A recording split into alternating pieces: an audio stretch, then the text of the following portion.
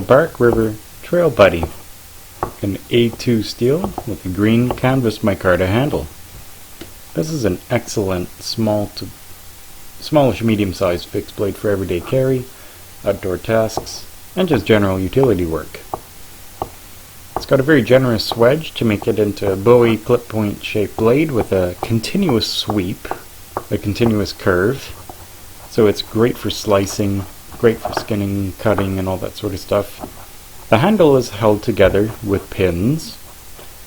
My only complaint about Bark River knives is that the micarta handles usually are a bit on the slippery and hard side. So, I mean, they do work great, and if you do get the handle wet, yes, the micarta does become a bit tacky. So, there's not a huge problem with the grip or anything. It's just I would much prefer a grippier micarta, like what's on the SEJG5, or maybe even a G10. This is a pretty good potato peeler and is a pretty good slicer for food prep, so it did pass the kitchen test for sure. Some technical specs: it's 8 inches overall. It's got a 4-inch blade. The A2 steel is at a Rockwell hardness of 58. It's got a convex edge, but I've been slowly putting on 20 degrees per side, a consistent flatter edge on the Edge Pro Apex. I just like having a much bigger bevel. But the best thing about this knife is it only weighs 3.9 ounces. So for less than 5 ounces, you're getting a decent sized fixed blade of 4 inches. And the sheath is very nice. It holds the blade well.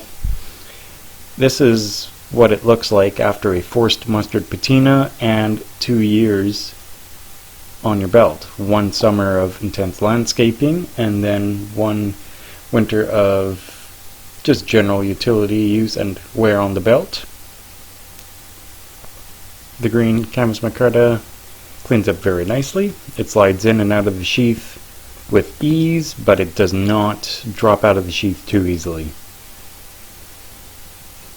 Depending on what type of wood you have, if it's hardwood, softwood, dry, wet, anything like that, it batons pretty nicely. It's very slicey. It's got a high saber grind, so it's got 90% full flet, which is great for slicing, but because of that little extra stock thickness at the back, it does have a little bit of that sharpened pry bar feel.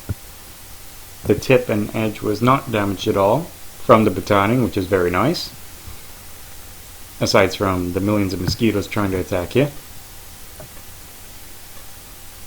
Now, because I suck, the carving was okay on this blade. You can see you could get very small feathers if you're taking your time and you're careful. And if you have more consistent draw angle and whatnot.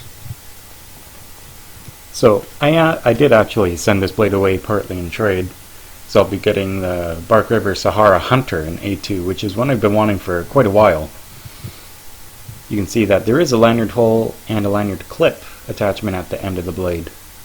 Just a size comparison for the Mora Bushcraft Black and the Bushcraft Stainless.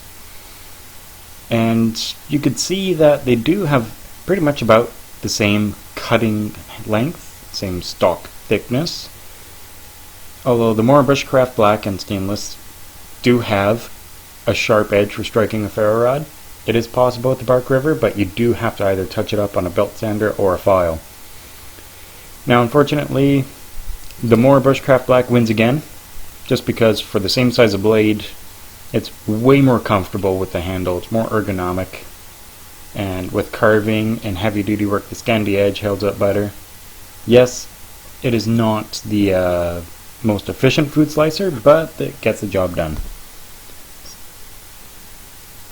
Take care, guys.